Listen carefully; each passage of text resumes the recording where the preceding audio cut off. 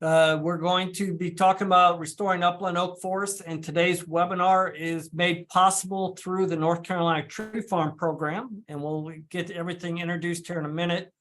But let me just touch base on the logistics for this. As I said, the slides are available online where you joined at the portal, and let me post that link again in the chat, so you could click on that link to get to today's slides. We will be taking questions and answers at the end of today's webinar. The presenter is going to present for about 45 minutes, and then we will use the Q&A feature to go through questions. If we do run past a little bit on questions, the speaker has graciously agreed to hang on a little bit after the scheduled webinar time to try to wrap up any questions that do come in that we don't get done within the time frame. And with that, let me introduce Leslie McCormick, who is the Executive Director of the North Carolina Tree Farm Program, to introduce today's speaker. Go ahead, Leslie. Thank you, Bob. I'd like to welcome everybody to today's webinar. This is the first in a series of quarterly webinars that we'll offer this year. Our topic today, as Bob said, is on restoring upland oak forest. Dave Holly is our presenter today. He is a consulting forester and owner of True North Forest Management Services in Holly Springs, North Carolina. Dave has a BS in Forestry and Wildlife from Virginia Tech, and he worked with the Virginia Department of Forestry for more than 14 years before opening his consulting business in North Carolina in 1999. Dave is an expert in restoring oak on upland sites, and he is going to share with us his techniques and learnings on how to tip the scale in your favor to restore oak on your tree farm. Dave, thank you so much for being with us today and for sharing your knowledge with us. Thank you, Leslie. Can everybody hear me? Sounds good. Okay, good. Yep. All right, I'll share my screen now. Let's see.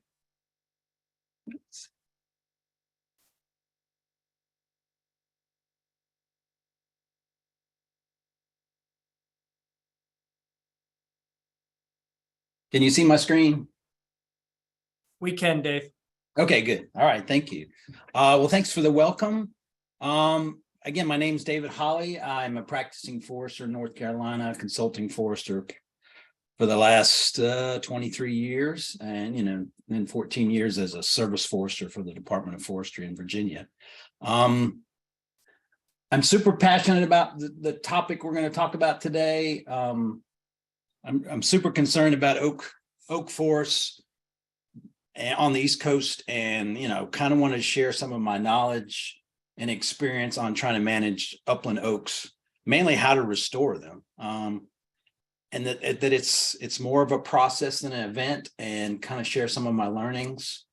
I am kind of a boots on the ground guy, so what really makes it interesting, and I can try a lot of things on my own.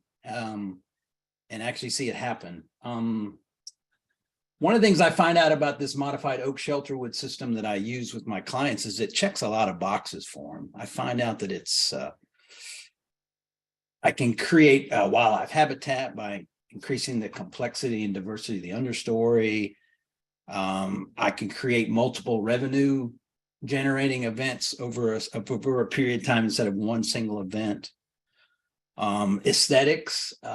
I think I can really help maintain aesthetics by maintaining mature canopy trees. And as you'll see as I go through the pictures, it's almost like a park-like forest that we kind of create. So for a lot of my clients, this checks boxes for them. When I talk about their objectives, this utilizing this modified oak shelterwood system, it helps meet a lot of the things that they're interested in.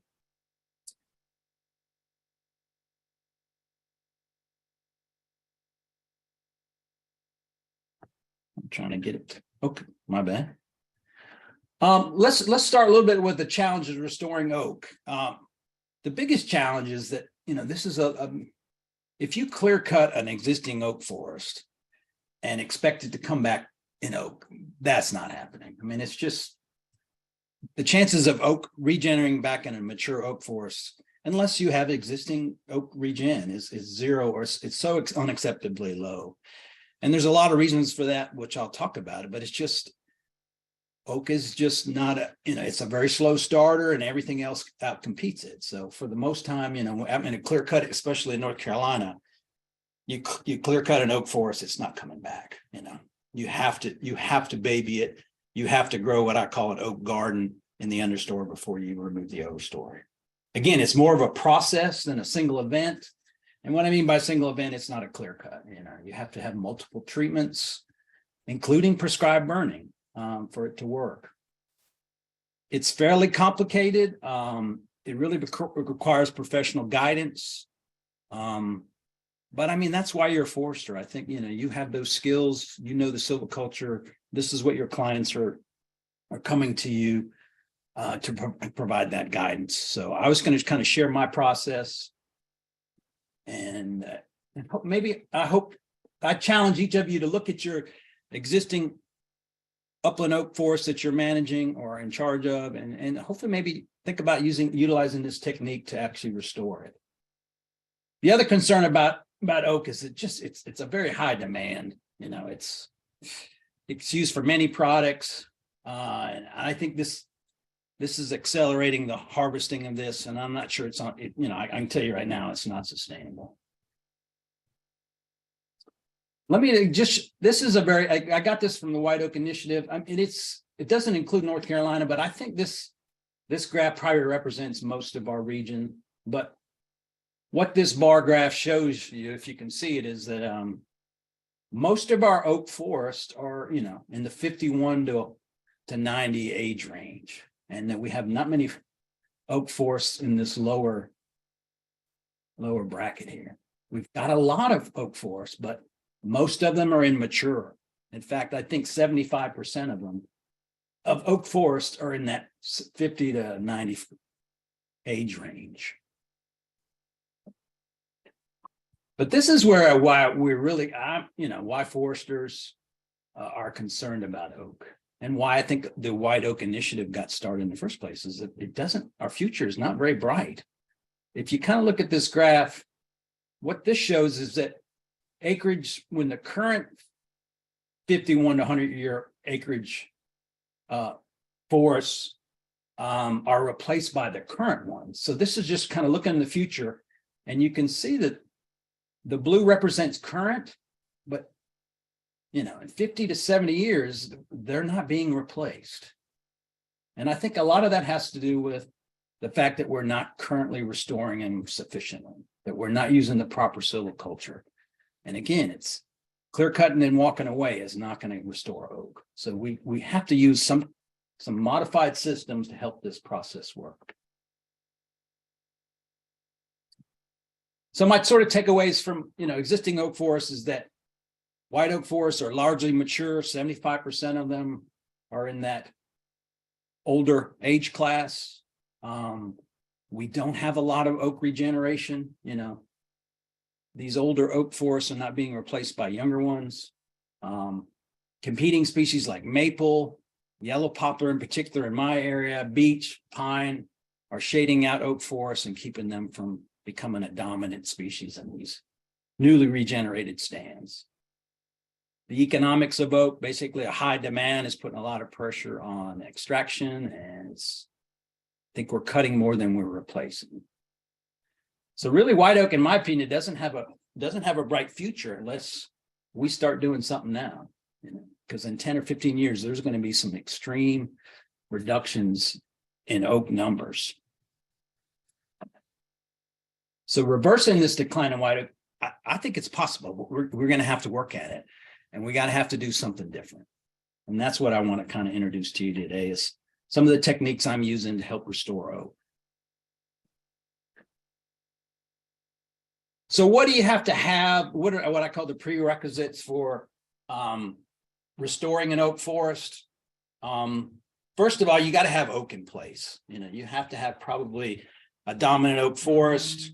And I say in this case, 50 square feet of basal area per acre. For those that don't know basal area, if you just sort of stand around and you look at the trees within 40 feet of you, make sure there's enough oak, 5 or 6 trees. A lot of times we'll just use the thumb system and just kind of count how many fat trees are fatter than your thumb as you sort of walk in a circle. And you just want to make sure that you have some existing oak, because these are your mother trees. These are the ones that are going to provide you the acorns. The other prerequisite when I work with my clients is that, they kind of have to be willing to use fire. Prescribed fire, and we'll talk about it later, but it's kind of like Mother Nature's natural herbicide. And utilizing it and timing it in a certain sequence really makes it possible. Without prescribed burn, this system is really hard to use. So, it's not going to work if you're in the middle of a small town surrounded by houses. You've got to have, you got to think about smoke management. You got to have a landowner that's willing to use this kind of system and do the burning. The other thing is you have to have adequate stocking. You're going to have, you're going to do multiple commercial harvests.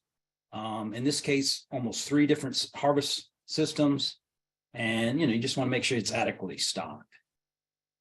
Here's the other thing that what I learned the hard way is that sometimes if the site is too productive, that it's not a good candidate for white oak. I'm not saying that white oak can't grow on really good sites, but what my experience is that on really good sites, site index 80 and above, the other species just outcompete it, especially yellow poplar in my area. It can't compete on it. So I try to pick, dry, south-facing slopes or soil conditions that are marginal. You can do it, at height 80, but you're really working against those strong, fast-growing species like yellow poplar.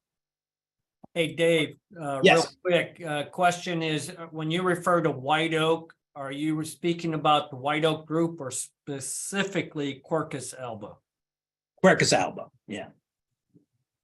Mainly, white oak is, but I'm also managing for red oak, black oak, in some cases chestnut oak. But technically, yes, the white oak family. All right, so this is the step. This is just a quick outline of what I'm going to talk about and show you pictures on. Is that this is what I call a modified oak shelterwood process, and this is kind of what I've learned over the years how to use this system. First of all, I do a preparatory cut. This is kind of a light cut, but it's mainly on, reducing the competitive species, but it's the start of the process. I have found if you jump right to the shelterwood harvest and try to do it that way, that it fails. You've got to start with a preparatory cut that basically helps you grow the understory first, and then you slowly release it. Eventually you get to a true shelterwood cut, but you have to have this preparatory cut. The other thing is a herbicide treatment. This is a helpful step, not necessary, but I found out that doing some stump sprout spraying after the preparatory cut can help eliminate a lot of what we call red maple stump sprouts, yellow poplars that provide, eliminate the competition for a new oak that gets established. Then we have to wait 4 or 5 years following this preparatory cut to get advanced oak regeneration. We'll talk about that step. Sorry. We'll talk a little bit about what are the requirements for the next step. Then we do a release burn. Dr. Patrick Brose was just really his information and some of the webinars and presentations he made really convinced me that this utilizing a release burn, but waiting a certain period of time to make sure the oak regeneration was a sufficient size.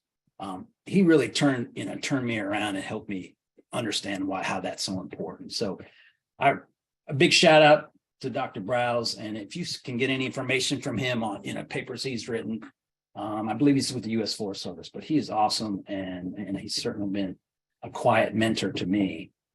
Then a shelterwood system. And then finally we do a regenerative harvest. All right, so here's this how it starts. This is what we call a preparatory cut. This is what one looks like right after. For the most part, you need to understand we only want to remove less than 25% of the overstory.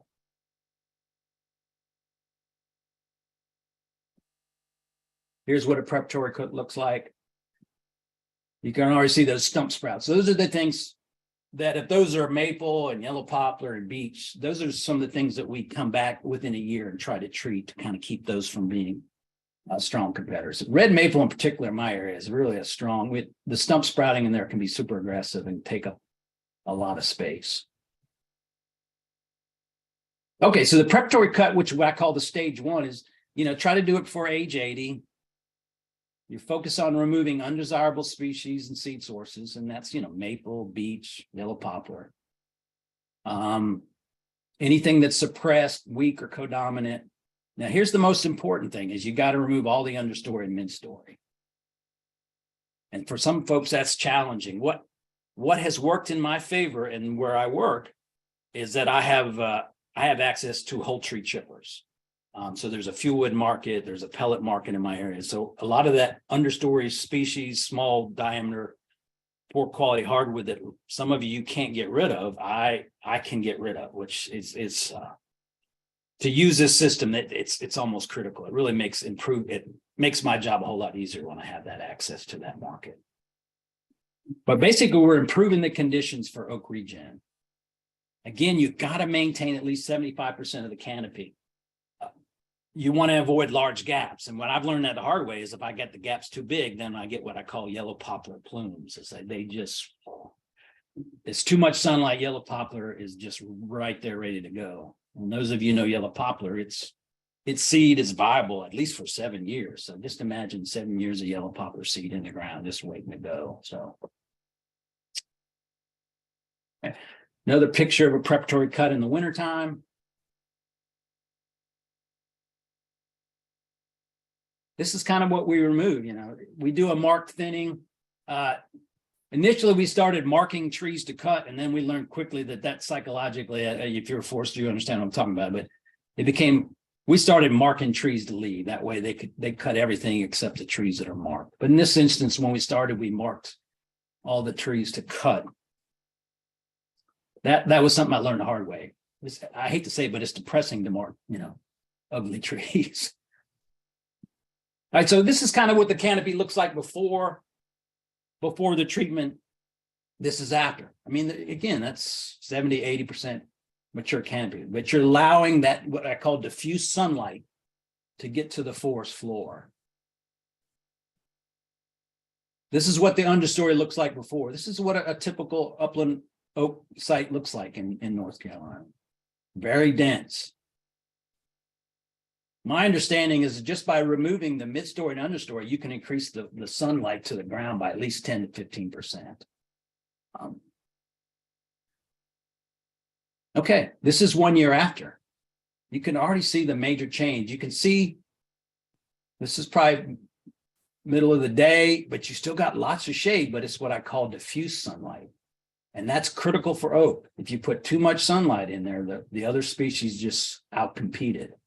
Now, there's certainly areas in there where the yellow poplar is dense, and there's lots of stuff growing here, but we found out that you really got to play with sunlight. And we talked about, I don't know how you measure that. It ends up being more of a feel, but the critical thing in this first preparatory cut is not to overcut it.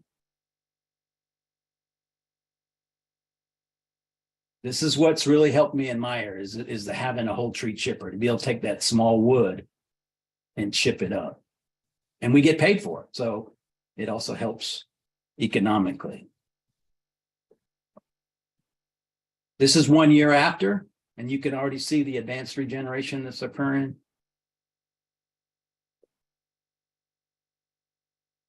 What the understory looks like. So I can see the red oaks in there and white oaks. Now, when you do the preparatory cut, one of the things you have to realize is you're going to have to leave some competing trees, because if you cut all the yellow poplar, all the beech, all the maple, all the sweet gum, you create too big a gap. So in a lot of cases, you have to leave those trees just because of the sunlight conditions you have to have this what's called diffuse sunlight conditions.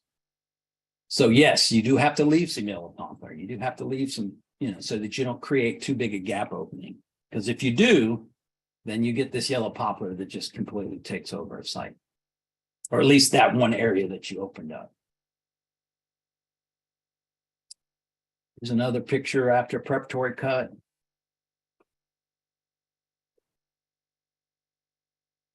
These are what you're growing, yeah. White oak, you know. The other thing nice about the preparatory cut is that, you know, the loggers just, you know, depending on the timing and when you do it, they incorporate the seed, they expose a lot of mineral soil. So it helps with the acorns getting germinated. Some of those, the slash that we leave in there actually protect it from being eaten by deer. This is what we call new growth. This is a lot of small trees, but they're not ready yet. But I think you need to understand that you're growing an oak garden. This is what, you know, the concept after preparatory cut is that, you know, they're there to provide partial shade and they're there to provide acorns. The other species that we like to leave is hickory. Hickory seems to be a good fit for, so a lot of our stands are kind of mixed oak hickory, so we like to leave hickory as well. Here's 1 year after. Listen. So this is what no thinning looks like. This is a forest, right? This is just off the property that we manage. I just wanted to take a picture and show you. This is, if you look at that understory, there's nothing, you know. Believe it or not, some of these small trees may be. Tom Deeroff told me that, you know, he was a silviculturist in Virginia. She said, Dave, these seedlings could be up to 18 years old. If you cut off at the base of that tree and you count the rings with a magnifying glass, you find that these seedlings out here are much older than you think. But what they're happening is they're dying constantly, dying and growing because they're not getting enough sunlight. The other thing from this is from a wildlife habitat standpoint. I mean, that has very little wildlife value. Wildlife biologists tell me if you throw a tennis ball in the woods and you can see it, probably not good bird habitat or wildlife habitat. So, all right. But on these preparatory cuts, after you could see on those previous pictures, you throw a tennis ball in there, you might have a hard time finding it. The other thing we try to do is a follow up.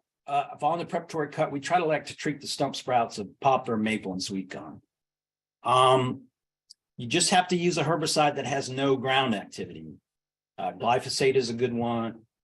Triple core, which is Garlon. Anything that you know is a contact herbicide with no soil activity, because you know you don't want to kill your overstory trees. And for those that you know that can't get the understory midstory cut, then I think at that point that's when you have to treat the midstory and understory trees. We've used a combination of basal treatments or hack and squirt. And in some cases, we got some cost share assistance. In one particular project, we got some Forest Landberg Legacy funding to help cover that. I think some of you, could probably get some equip funding as well. All right, so after preparatory cut and after herbicide, you really have to slow down. You have to wait. Oak is, by its nature, its physiology, it's a slow starter. It's focusing most of its early development on root development. Most of the other species are focused on height development. Yellow poplar it wants to just start growing crazy. It wants to put a lot of height on as quick as it can. Doesn't really focus a lot of attention on root development. Same thing with pine. The key here, and what Dr. Brose was able to inform me, is that you need to get that root collar diameter of oak to about 1/2 inch. And for most people, I just say thumb size. You want to get those oak seedlings fat before you do the next step. Mainly because we utilize this slow growth but early root development to help us. It helps us tip the scales when we do this next step, which is the prescribed burn. And oak is adapted to fire, and this is why we use fire.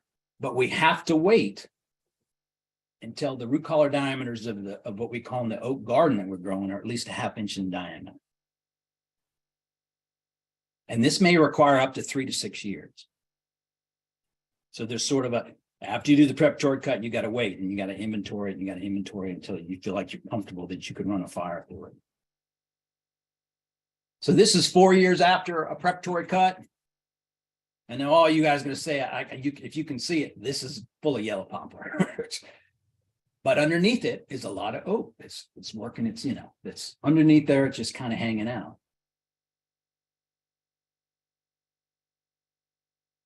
So oak's at a disadvantage. It's a slow starter. It's concentrating its energy on root development, while yellow poplar, red maple, pine will concentrate on their height growth.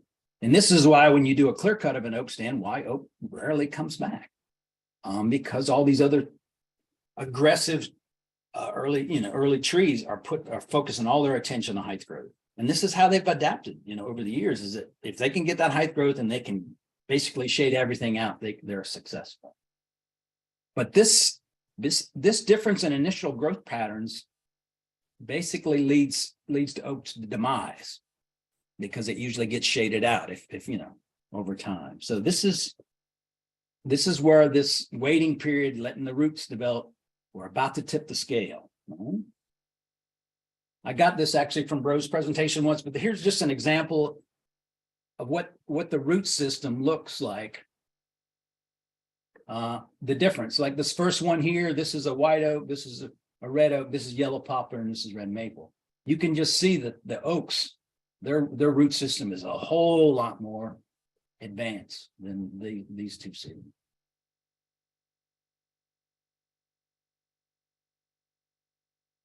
So we need to control this next forest. We have to tip the balance.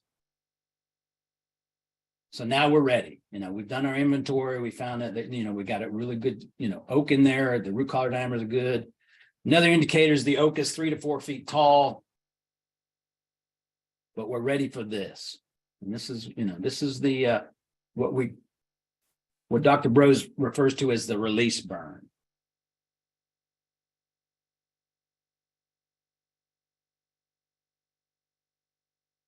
All right.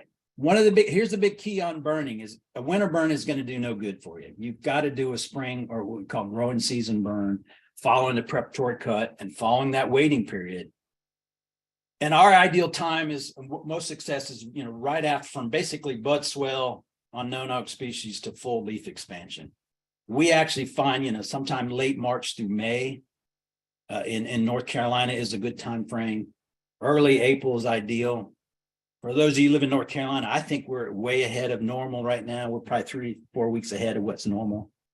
But when the red buds start to bloom and the red maples are starting to break bud and starting to put leaves on, that to us, that's the most ideal time to do basically a growing season burn. And the reason that is that we think that these non-oak species are most susceptible at that point. First of all, they have thin bark and they have a poor root system. And they put a lot of their energy into height growth at that point. And when they're starting to break bud, is that they're super vulnerable to damage. Well, so fire basically selects for oak. So if the oaks have a good, well-developed root system, a big spring fire, in our case, if the root collar diameter is above 1/2 inch, mortality on oak is probably 5% or less. Now on new oak, the small seedlings, probably 75% of those trees would be killed with a spring fire. And this is why it's so critical that you need to wait until they're big enough. So we always say this technique, this Mother Nature's herbicide. And it probably has a lot to do with why we have a lot of oak forests now. It's just, I think fire was a fairly common practice. A wildfire was, occurred. Traditionally, maybe in North Carolina, that we were told that maybe a wildfire ran through a forest at least every 7 years. This is burn versus non-burn. You can see the difference.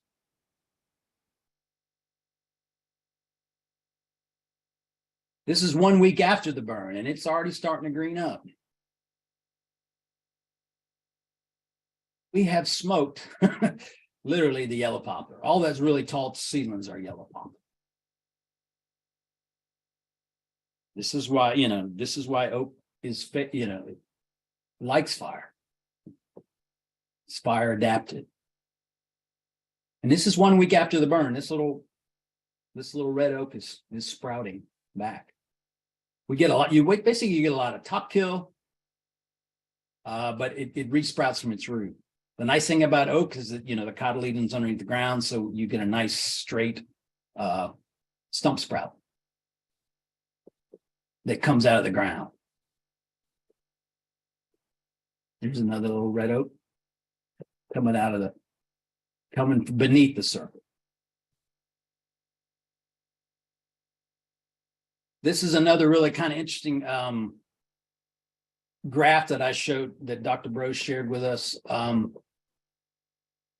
Just real quickly, the red and yellow represent red maple and yellow poplar. So with no fire, with a spring fire, this is what's going to dominate the stand.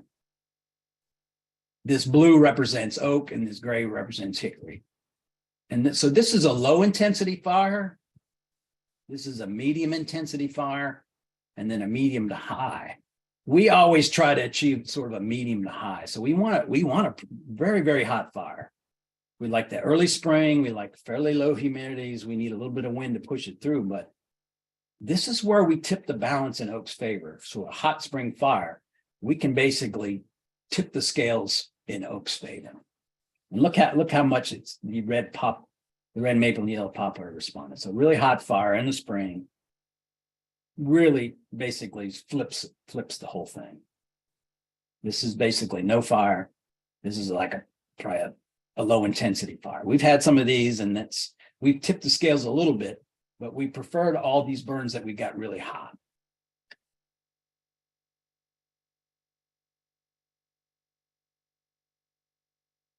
Most of these oaks, and some people say, well, what about damage to the existing stand? Well, we find it to be very minor, probably less than 5% mortality. Our goal is to get a hot fire because we're trying to control the understory. This is a nice hot fire here. Spring, April fire.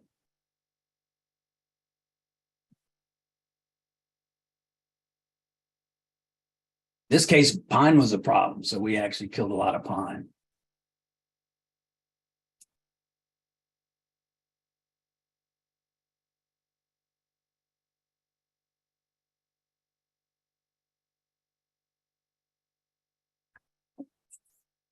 So we just think this is a critical step in the process.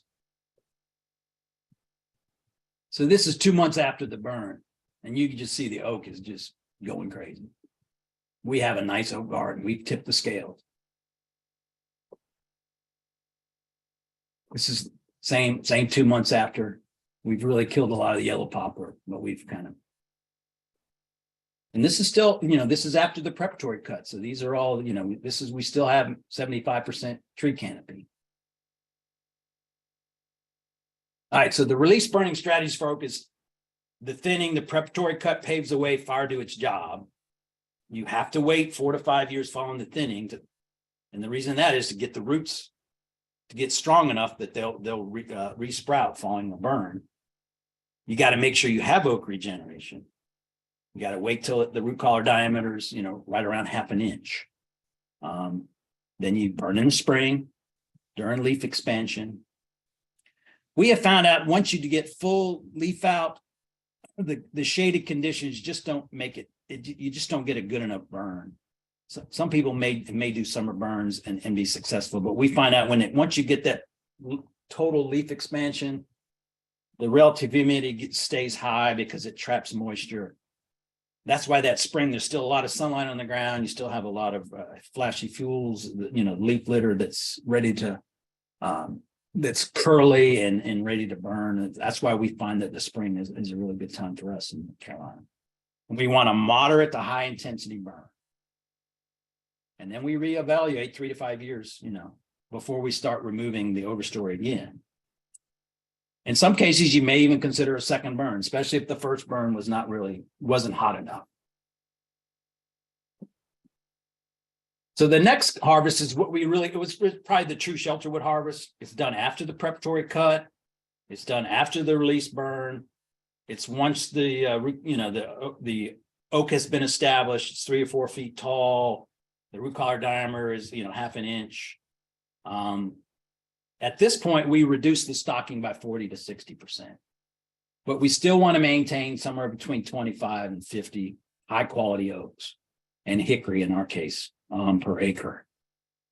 And the critical part of this is that we mark the stand. And me and my other forester, we'll walk around and we'll basically paint the trees to leave. And we try to distribute them fairly evenly. At this point, this is where we remove all the poplar, all the pine, all the sweet gum, all the beech, and all the maple. So we really want, when we're done, nothing left but oak and hickory. And people are going to say, I know that people in the mountains, well, what poplar's wrong with poplar? Well, there's absolutely nothing wrong with poplar. It's just we're trying to grow an oak forest. And so we got to treat poplar like it's a weed, and we have to get rid of it. Trust me, I do a lot of yellow poplar management, and we manage for it, but I usually manage for it on really good sites. So this is what a shelterwood harvest looks like. This is right after it's been harvested. A lot of you say, well, what happened? You know, what happened to regen? Yeah, it got mashed down or cut down, but you have to remember the roots are still in the ground. So they're ready to just resprout once we're done. But in this case, we really open it up because we're trying to release those oaks.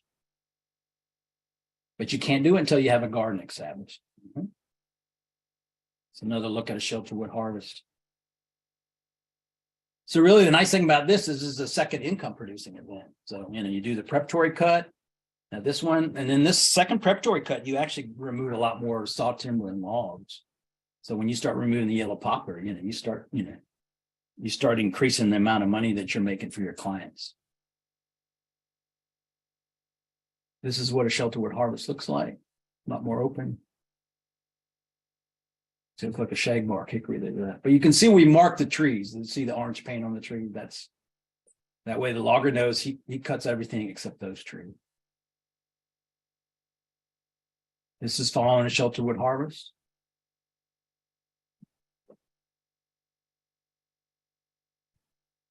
And then at some point, you've got to do a final regenerative harvest, a clear cut.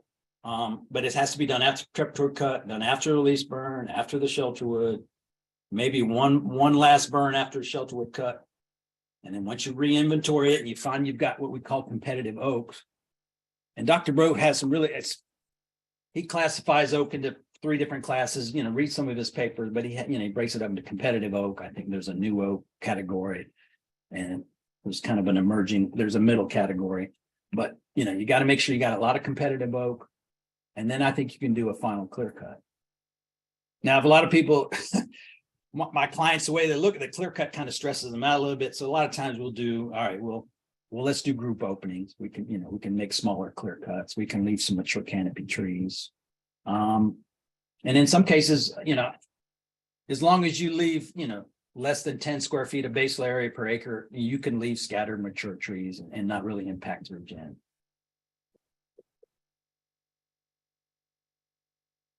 So again, these are the steps.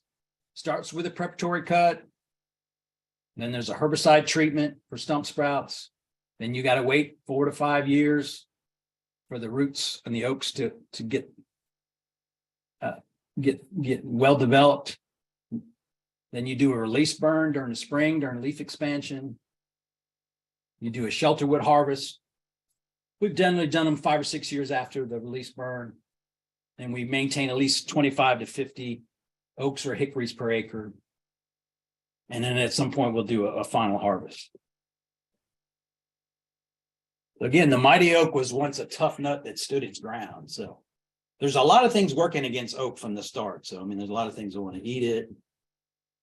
You know, the acorn is only viable for 1 year. It's got to get on mineral ground. It's got to be semi-buried into it. Things are eating it. But yeah, an acorn to survive to make it into a mature forest, it has to go through a fairly tough phase. And it's why it's so critical that we really have to, as foresters, we have to help nurture these seedlings and get them to a point that they can be part of the next forest. Let me go back up. So again, using this system, I think, like I said, it checks a lot of boxes for my clients. It creates excellent wildlife habitat. You saw from the pictures the preparatory cut. It's just, you've got a dense understory. There's a lot of forbs and grasses that come in, fall in that. There's places from them to hide, places from to nest. Second of all, it produces basically 3 income producing events, probably spread over 15 to 20 years. They like that regular income producing event. You get it at the preparatory cut, you get it at the shelterwood cut, and then you get it in a final harvest. And each successive harvest we have found actually generates more and more income. The other thing from an aesthetic standpoint is you're maintaining mature canopy trees. So it's like a park. They really like the way it looks. Leslie mentioned that there's some other webinars coming up. Just want to kind of show you though, that today is the Restoring Oak, and she's got one, coming up on the 25th and 7th, and hope, they're working around. If you realize it, Leslie has designed it so they talk about wood, water, wildlife, and recreation. I'm the wood part of the sign. Then there's a water, there's a wildlife, and then there's a recreation, the trails portion of it. The other thing is that we wanted to kind of advertise is that I'm going to be working with some other foresters on putting on an advanced oak regeneration training in September. We've got one of my clients that's going to host us, and it'll be a day a day-long workshop with presentations, and then the following day we're going to go out in the woods and actually see some of this work being done. But yeah, so put that, save the date. Would love for you to come, be part of that and get a much more detailed, get your boots on the ground, seeing these different techniques in use. The other thing is I've written a paper on this system that details everything we talked about today, and in a lot of cases a lot more detailed. But if you'll take a picture of this scan me thing right now, it will take you right to that article. I'll leave that up there. Well, Bob, that's the presentation. I'll leave it up for questions. All right, thanks very much, Dave. We are open for questions, so if you haven't already typed a question into the Q&A feature, now would be the time to do that. And we'll work through these questions as they came in. Dave, the first question came in from Sam, and he was, when you were talking about site index towards the beginning of the presentation, were you speaking of site index for white oak? That's a good question. Yes.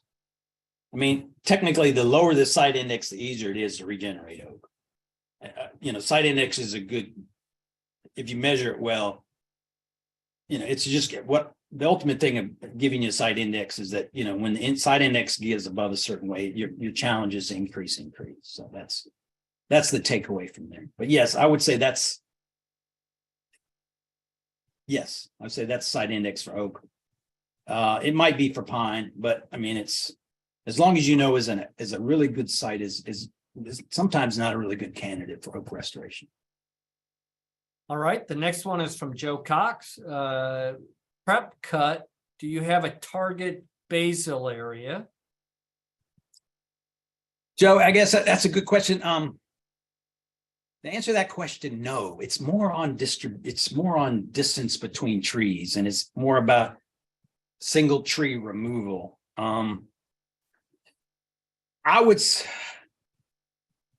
that you probably, if I had to guess on our existing preparatory cuts, I would say they're in the 90s. It's high. You're not. Remember, you're only going to remove about 25% of the overstory. So he goes you don't on. want to. Go ahead. Sorry. On to ask, how do you make sure the cut is operable in terms of amount of wood removed to make sure a buyer is interested?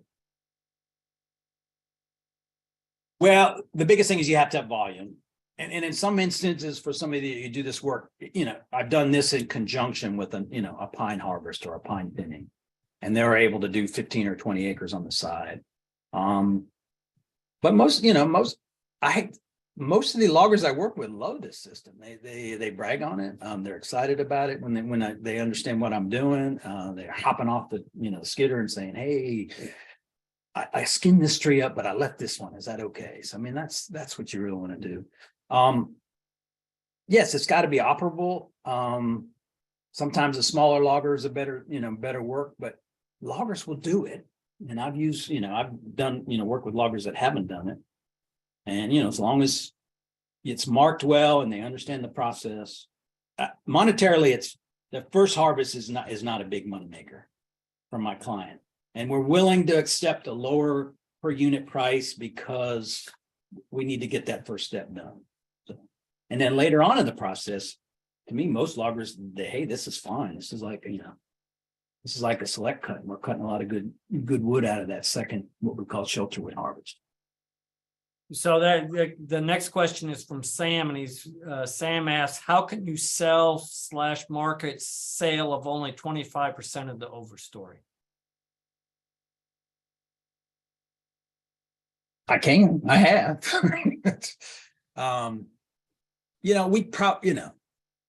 If we're removing a lot of yellow poplar out of there, it tends, most of these stands are like 80 years old. So, I mean, yeah, there's some nice yellow poplar comes out of there. So probably, half a load of logs, then, a certain amount of pulpwood and then chips. They seem to be okay with it. You got to convince them to do it. But they do it. Having a chipper, whole tree chipper, trust me, it helps, he has the ability to cut a lot of wood out of there. Yeah.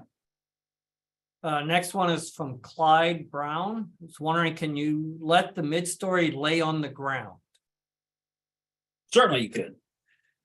You mean just cut it down? I believe that's what I think, in reference, for example, if you didn't have a market, could you Yes. still do this and let it lay on the ground? Yeah. I mean, you just treat it like fertilizer. At that point, you're not making money off it. You're having to pay to do it. So, Right. But we've also had loggers, that didn't have a whole tree chipper willing to cut all the mid-story down for us. So they took the round wood, and then anything they could, that wasn't merchantable, and from their perspective, we convinced them to cut it down. The other option is, you do hack and squirt herbicide work, you do basal treatments to try to remove that mid-story.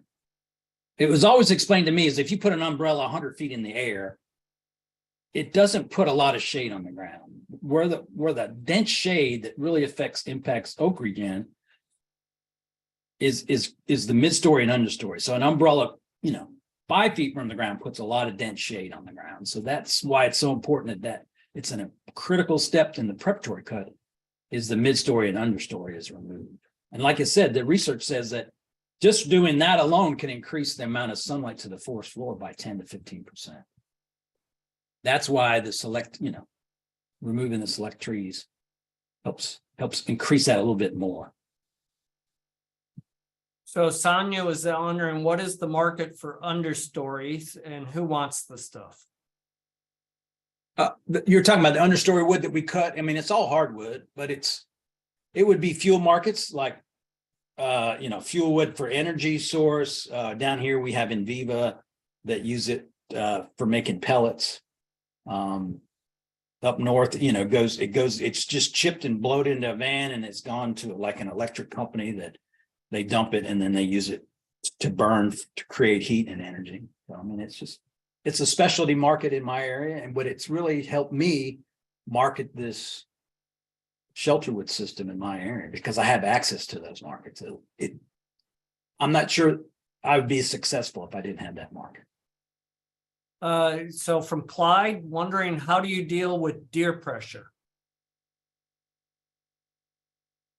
I think because I make so much of it, they can't eat it all. I mean, if you look at those pictures, it's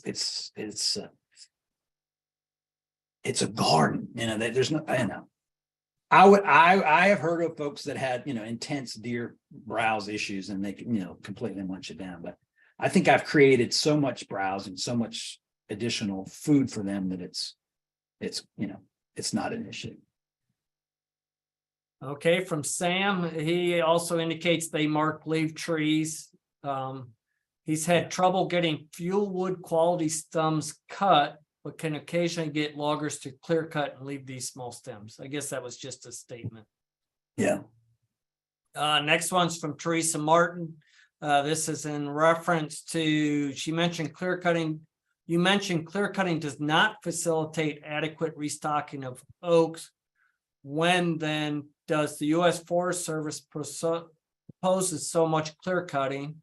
And then she talks about a specific project in Kentucky, which I suspect has to do with a district management plan there, where she says they plan to effectively clear cut 5,000 acres on steep slopes, and much of which is poplar loving fertile soil. And why? Well, I mean, Teresa, if you do not have the oak regen in the understory and you clear cut, you're not going to get over that. So yeah, these large clear cuts that you're talking about most likely are being managed for yellow poplar reproductions. They're not going to get oaks. I mean, it's the percentage of it. And this is why we were so concerned while I shared those graphs in the beginning, is we have all these mature oaks, but they're not being replaced by oaks because of the silviculture systems that we're using. Now, in some cases, clear cutting is the best option. You got to start over, but you're probably going to have a yellow poplar stand, but you're not going to have an oak forest. I can tell you that right now. So Teresa also says the project she's referring to, I believe in Kentucky, shows even for their 2H shelterwood, they're recommending 10 to 20 square foot basal, and deferment harvest is 20 to 40 square feet of basal area. And you had recommended 50 square feet of basal area. Well, that's before you start. You have to have at least that amount to start with. You have to have enough mother trees before you start the process.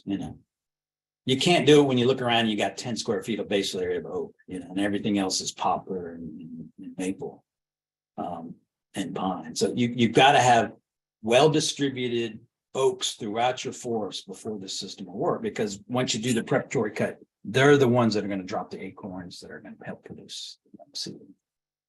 My advice is, don't cut too much too early. That's my biggest advice, is this preparatory cut is a critical step. If you jump straight to the shelterwood, I think you're not going to be very successful. At least that's what we found. We've done some small group openings while we did this, just as a test to see what would happen. And when we created these 1 acre group openings or less, what we found out is the only thing that came back in them was yellow poplar. So these huge, what we call yellow poplar plumes. So my advice is don't cut too much too early. Go through this initial light touch, if you can get it done, to help build that oak regen, and then slowly remove the overstory. Okay. Once you cut the trees, you can't put them back. I can tell you that. That is true. So next question is from Evan Smith.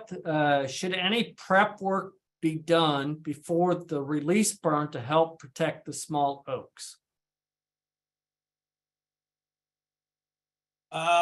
No, because you want a hot fire. If you're gonna top kill everything, including the oak. But because the oak has a really good root system established, it resprouts within 3 or 4 days, or at least a week.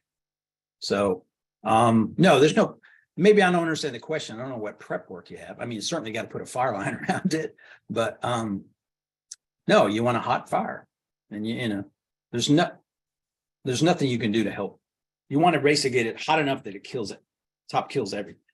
But because the yellow poplar and the pine and the maple have focused most of their energy on height growth, and you catch it when they're starting to move all their nutrients and their energy into height growth and pulling all that out of the root system and putting it into leaves, bam, you hit it with that hot fire, and then that usually tips the scale and they die. And they can't live.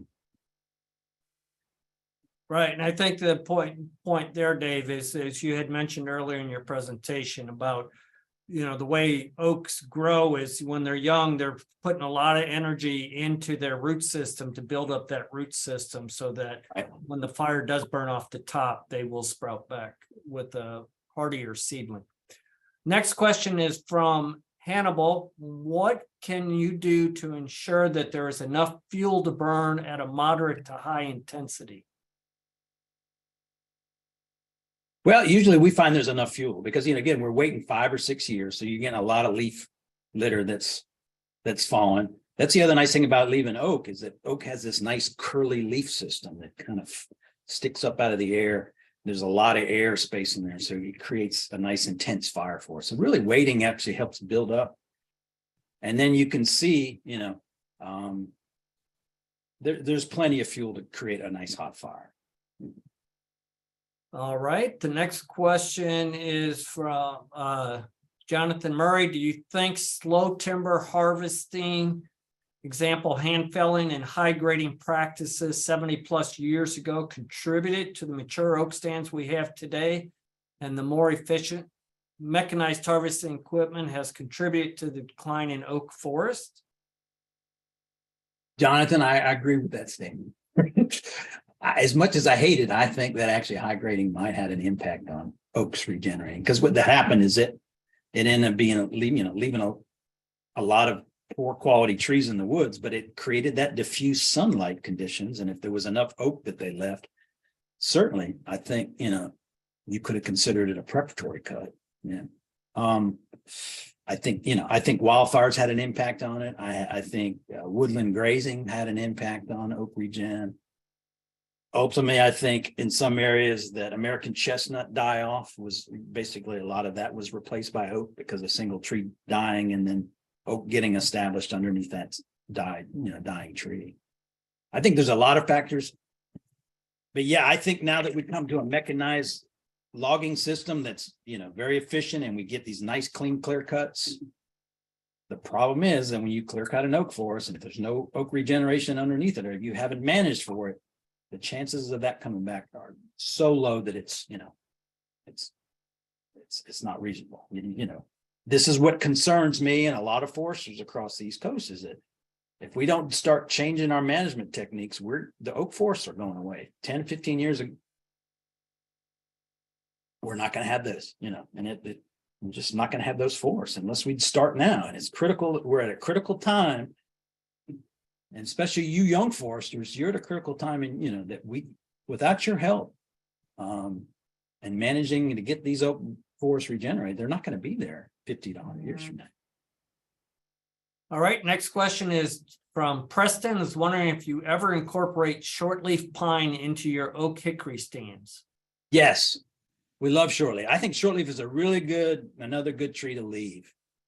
It works really well. In fact, some of these areas that we actually manage for shortleaf pine, we'll create a small group opening, or any shortleaf we find, we try to leave.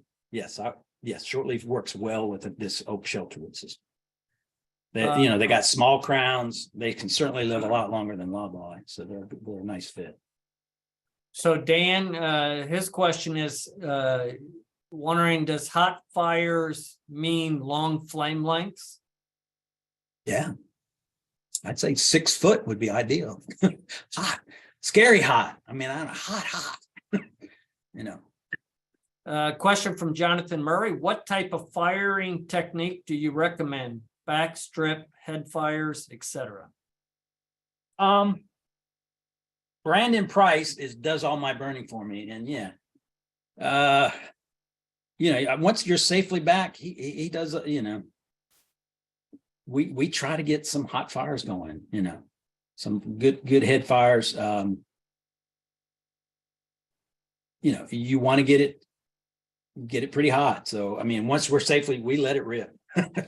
A lot of times we have slope effect that we utilize. A slow backing fire actually does, gets better kill, but it's a slow process that way. But, we usually have a backing fire from our lines, and then at some point, we use a lot of flanking fire, because that's kind of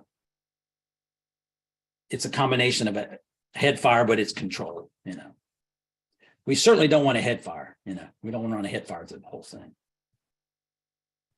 All right, next question is from Gaurav. And Gaurav, I apologize if I mispronounced your name there. In an upland oak stand where white oak dominates the overstory, what is your take on the management strategy of planting white oaks and removal of competing species before partial harvest of white oak? Ultimately, I think it's not necessary, because I think you're going to, you want the existing white oaks to be your seed source, and it's free. I have not had a lot of success in planting oaks, It's expensive.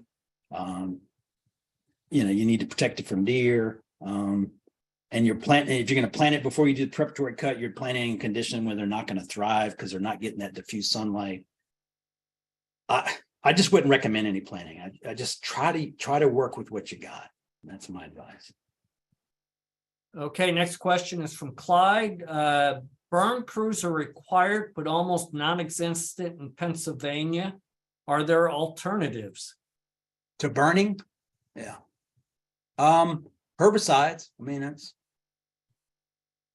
that's the only thing. I mean, or you just have to, be able to have a mixed forest. What I'm doing is I'm tipping the scales. I'm hoping that before the burn, the oak component is maybe 20 to 25% of it, but it's suppressed. After that, I'm hoping it is high as 60. Without burning, as long as you can accept 25% of that stand being oak and the rest of it being poplar and maple, and that's what you have to deal with.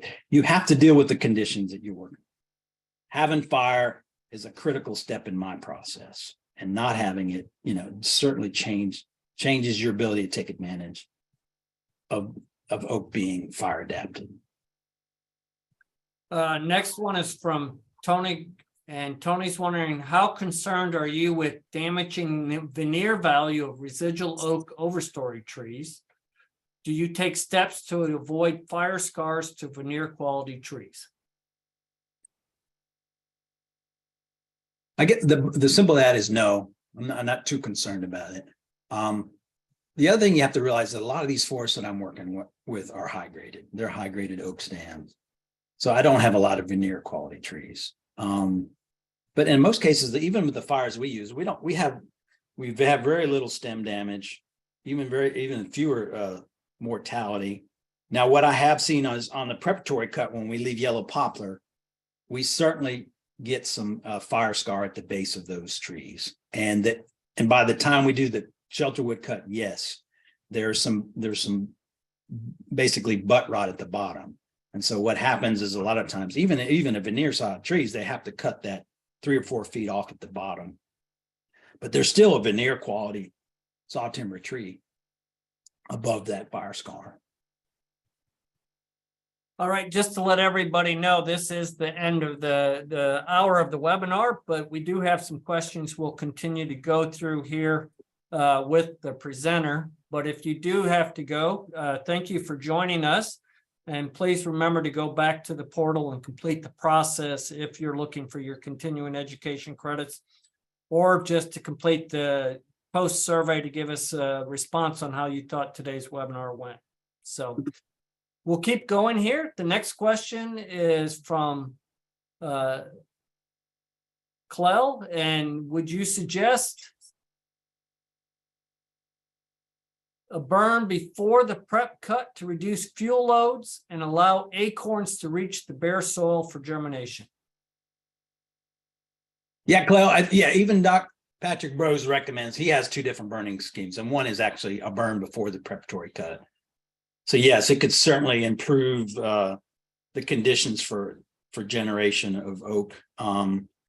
His advice is, you have to sort of plan that burn, knowing that you're going to have a good acorn crop. I just find that that's just so hard to predict, and if you're trying to do all the planning ahead of time, it's hard to accomplish. But yeah, it can certainly improve your regen. But I just haven't used it because it's an expensive step to start with before you actually generate income. The beauty of this system is you generate income, and you can use that income to help pay for spraying, and then you can help pay for burning. And then the next step, you generate more income, and then, the final step. So, but yeah, I think a burn prior to the preparatory cut certainly could improve it if you've got a landowner that's interested and doesn't mind paying for it up front. Next question is from Gaurav, and they're wondering, for sustainable oak management, is there a rule of thumb on how much advanced regeneration would be considered sufficient if we were to do clear cutting? Yeah, I want to see at least 100, 150 trees that are in that competitive thumb inch in diameter or better. I want a bunch, yeah. And I want them to be well distributed. I think that's where you do those inventories after your shelter wood to see, at what time you can remove it. And a lot of times, before you do the shelter wood cut, they're there already. It's just a lot of times they get cut or run over, so they have to re-sprout, and you just have to wait them to get long enough. But sometimes not much longer after the shelter wood cut, you could come right back in and do a clear cut. But yeah, I would, I'm trying to look at my notes. I'd like to see the stocking at least 100 competitive oaks. And when I say competitive, that's half an inch in diameter better, 3 to 4 feet tall per acre before I do a final. Yeah. All right, Dave, the next one from Edward was wondering how long between the shelter wood cut and the final cut.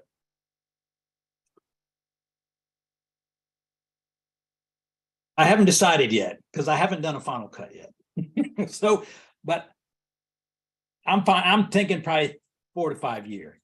My biggest challenge is convincing my clients is that we're going to get ready to cut all these nice, beautiful, mature oaks that we've left during the shelter wood. Because from an aesthetic standpoint, essentially, yes, it's going to be a clear cut. So once my clients get comfortable and they know I got good, good regen, my thought now is that I might have to do one more burn before I actually do a final harvest. But yeah.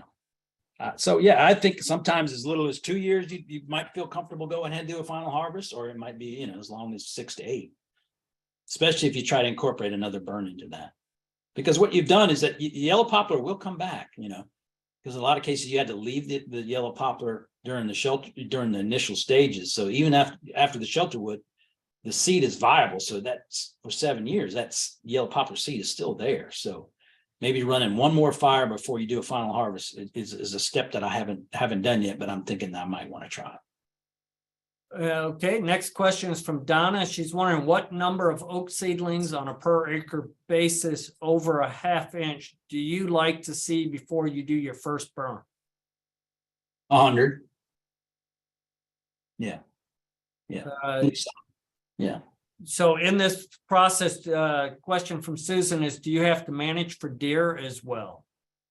I don't have to. In most cases, deer pressure on the tracks that I'm managing are not an issue. Now, for some of you, that may be an issue. But what I'm telling you is that when you grow an oak garden, you're growing so much food that it's hard for me to imagine the deer would eat it all. Well, so Dave, you will find it interesting. Places like Pennsylvania, northern Minnesota and stuff, the deer populations can be so high, even with an oak garden, you don't get oak to come back. Yeah. And everything. And my question is, is oak a preferred browse? In our area, maple, they much prefer to eat maple sprouts than they would. No, really, it just comes down to they eat everything. You literally walk out in the forest and everything at browse line is gone. And everything. Next question is from Karen. Do you time your preparatory cut with a seed year? I wish I could do that. I hate to say it, but we usually mark in the wintertime. And then we negotiate per unit prices and sell it. And a lot of times we give them a year or 2 years to cut it. So it's more on the timing of when they're ready to cut, we just say go to it. Most of the times on one of my clients, we've got multiple tracks already marked, and so it's a wet, it's got a lot of slope to it, so it's not a really good wintertime logging. So we mainly do logging from spring through December, and then when it's once the leaves fall and it starts to get wet again, we usually kick them off. And but no, we don't do inventory acorns and try to predict that. So yes, we get a lot of hit and miss. Luckily this last year we had a heck of an acorn crop. So I mean, we did a shelter wood, and we're hoping that will really improve it. But you're also talking about, even if you leave trees, you're going to have acorns that continue to drop between those different cutting cycles. So my advice is don't try to get too technical on it and try to design it so that you take advantage of that. I just think it's more of a roll of the dice and hope that you take advantage of it. And if you don't, there's that grace period between the time you do the different harvests that acorns, hopefully you had a good acorn crop year.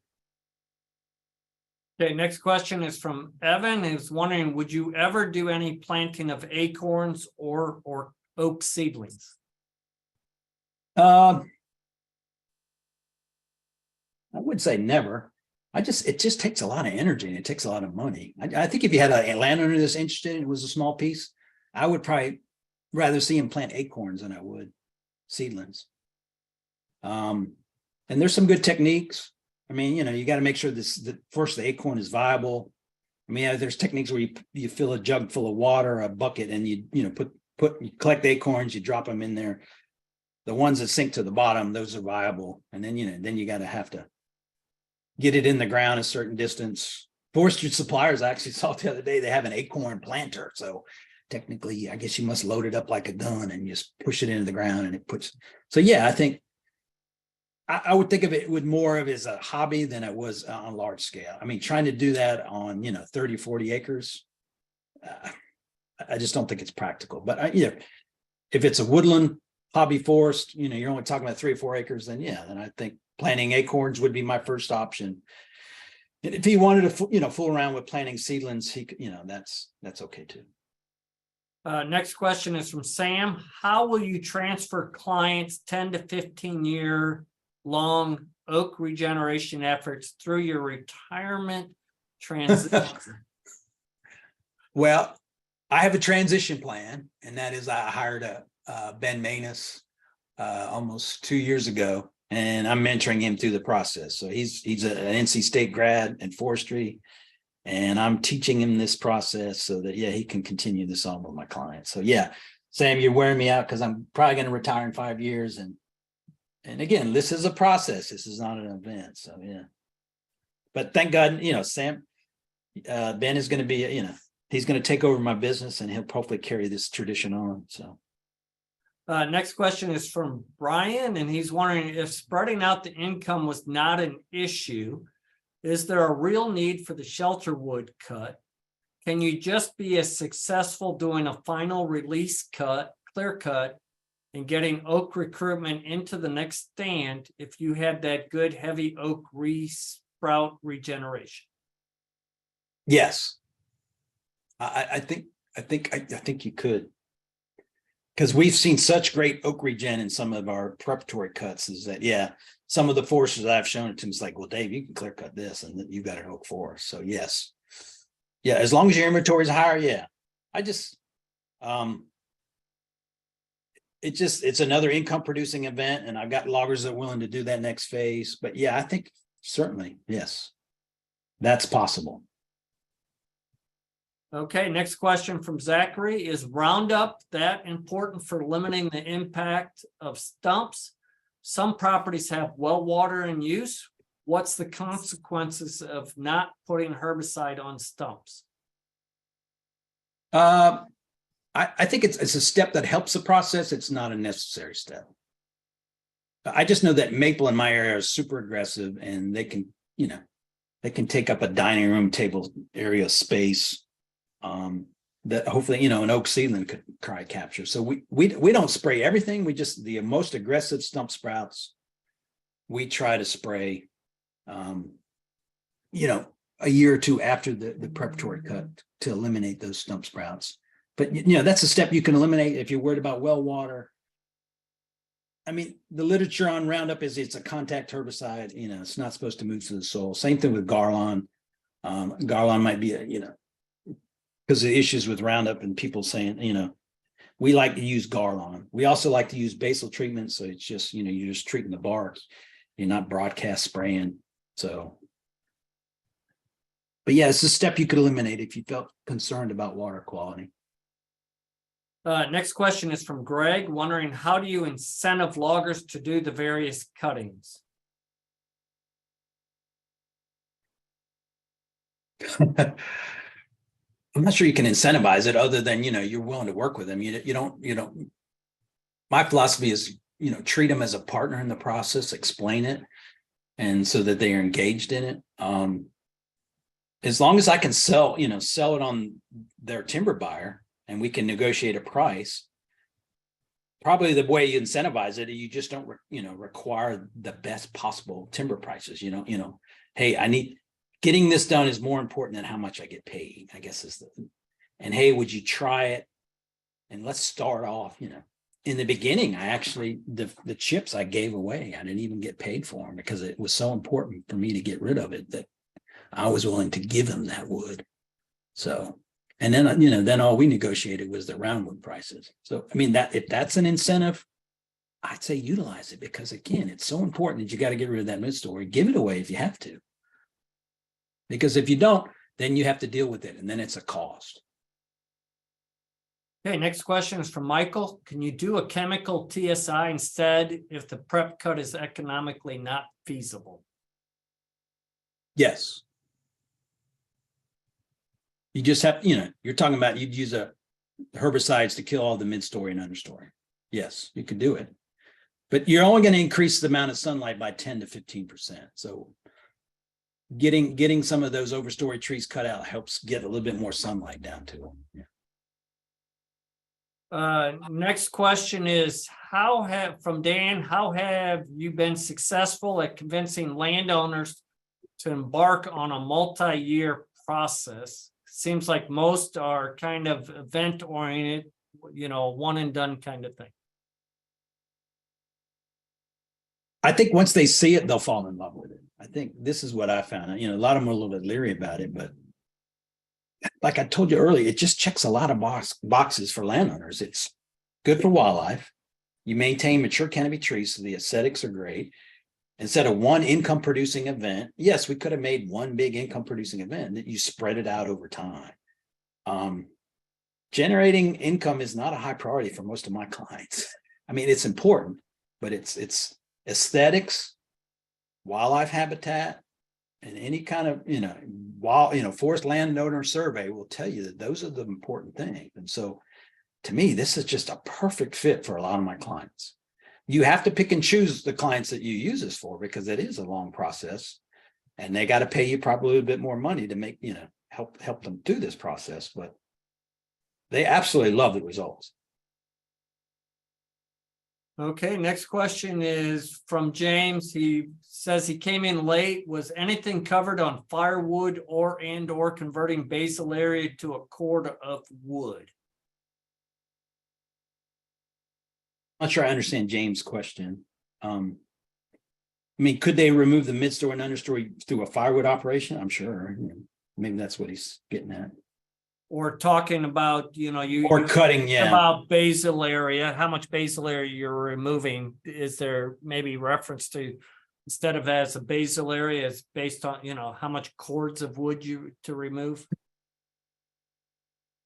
I mean, James, I think my advice to you is that as long as you don't remove more than 25% of the overstory, you're okay.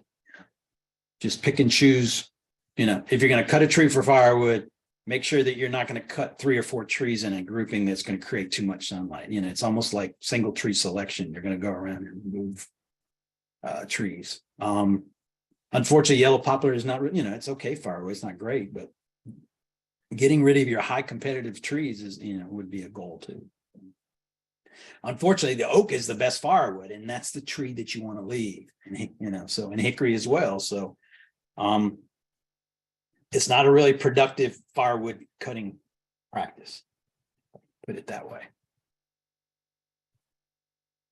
Okay, next question is from Gaurav. Are hickories as competitive as poplars in a white oak stand?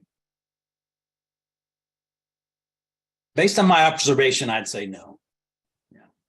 Again, hickory is the same thing as an oak. Its seed is only viable for a year. And we like hickory. We like to have hickory in it. It's a little bit more sensitive to fire. But we just think, when we say oak hickory, oak hickory, and then somebody in shortleaf. Those are all, to me, those are all trees that we want to maintain long term. Okay, next question is from Sherry. She owns 5 acres of an old farm that have some oaks hundreds of years old. She's not sure what to do here. Also, she has black walnut trees. Can she sell them? She hates them and they're a mess. The walnut trees or the oaks? Maybe both. Jerry, hire a consulting forester. That's my advice. I mean, I think, they have to be able to go in there and look at it, evaluate your, conditions, what you want to achieve, what's doable, what's not doable. 5 acres makes it a lot, it makes it harder to have a conventional logger to do that kind of work, but he'll know that. He'll know what's operational. He'll know what you can and can't do. So yes, hire a forester to help you out, a state forester or, a consulting forester. And Sam suggests it would be helpful, more definition of a candidate stand for this system would be useful. And he goes on to, needs high volume older age stands to be able to remove minimum of 40 square feet of basal area in the first preparatory cut that has average height of X and average diameter of X for your harvester market area, and still have 50 to 75 basal area reserve trees to grow into a future shelter wood cut. Yeah, you have to have enough adequate stocking for commercial timber to support the harvest. And some of these, we were moving, 40 tons per acre. Down here, we always kind of refer to it in tons, but the tonnage is low value.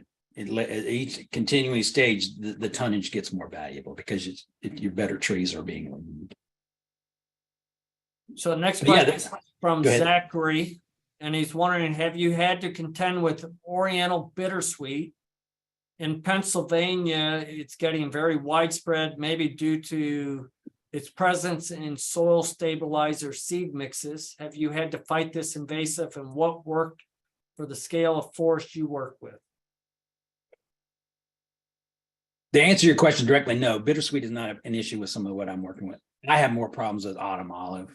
And so, yes, for this system, when you increase the amount of sunlight and disturbance to the forest floor, yes, invasives are going to be an issue. And this is probably where the herbicide treatment could, instead of on just red maple and stump sprouts, you need to start thinking about your and controlling your invasives as well.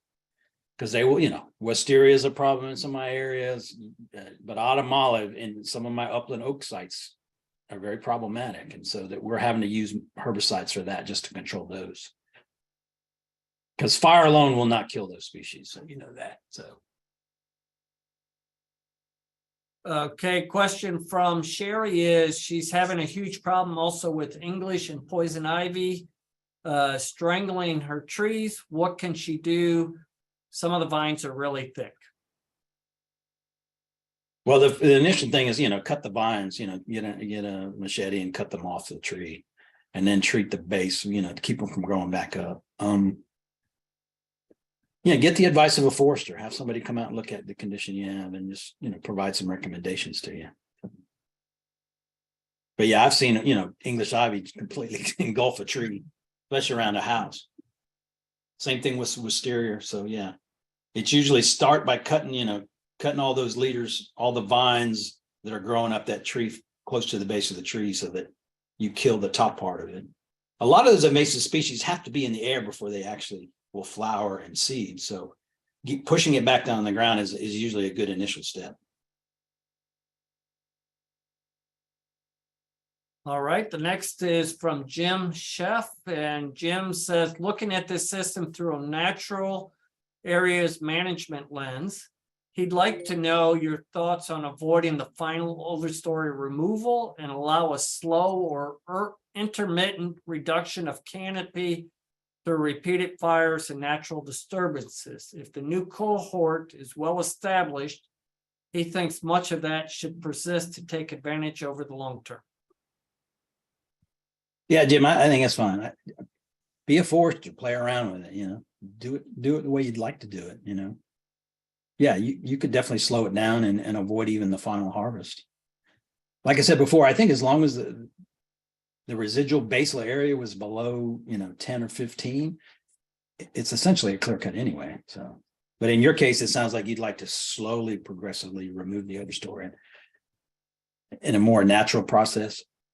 I'd say go for it, as long as you can do it and get it done. Next question is from Tom. Do you have any source of information on maintaining or restoring lowland oak forest? You're talking about like bottomland forests? Yeah, I'm kind of out of my line of expertise when you talk about there's a lot of good research on bottomland forests. I mainly work in the Piedmont, so I'm mainly working with Appalachian upland hardwoods. So I'll refer you to somebody else on that. Comment from Sam, reference, it's Alex Shigo has researched rot. It progresses only about 1 foot every 10 years up a stem. So this system with possible fire scar may not significantly impact wood quality. Yeah, I found the same thing. Yeah.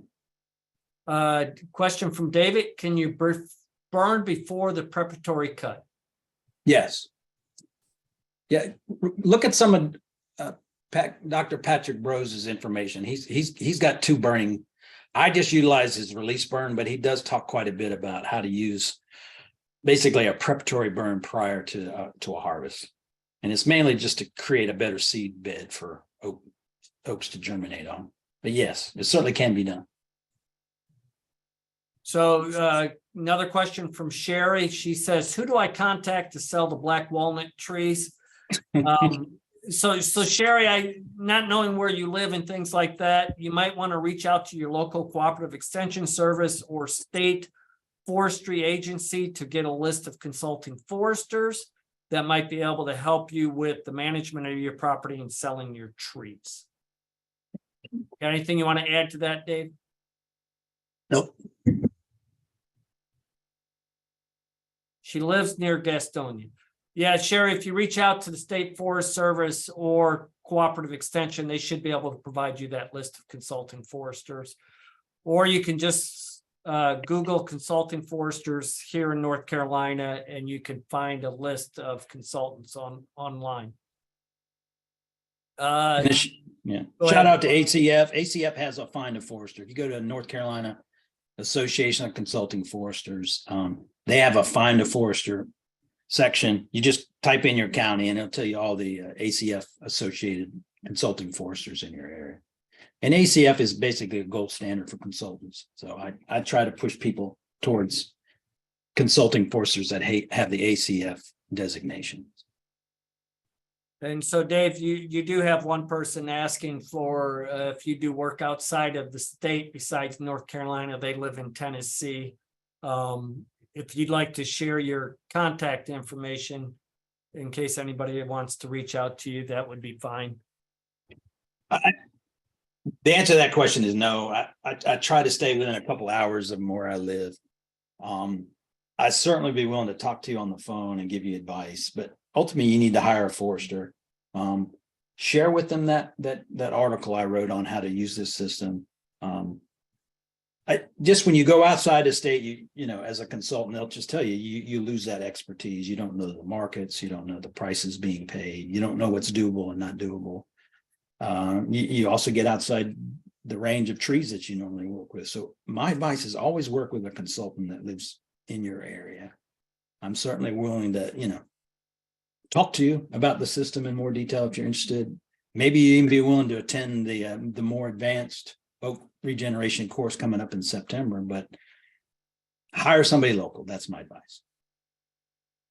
All right, folks, with that, I'd like to take this moment to thank Dave for spending the time with us on presentations and questions. We did go about 30 minutes past what we had originally planned, but I think there was a lot of great questions and discussion with the audience. So Dave, thank you very much and for taking your time. And Leslie, sure. I'd like to thank Tree Farm for taking the opportunity to pull together this webinar and share it with this audience and everything. Thank you very much. Thank you, Bob, and thanks everybody for being a part of this presentation today. Just a reminder, on May 25th, we'll be holding our next webinar talking about water rights. So mark that on your calendar and we'll release some registration information on that soon. Thank you so much. All right, folks, this is a recorded webinar. So if you do want to go back and listen to any of this, it should be available in about a week or so. Back on the webinar portal where you joined today. So thank you all very much and good luck. Thank you, Bob. Thank you, Leslie.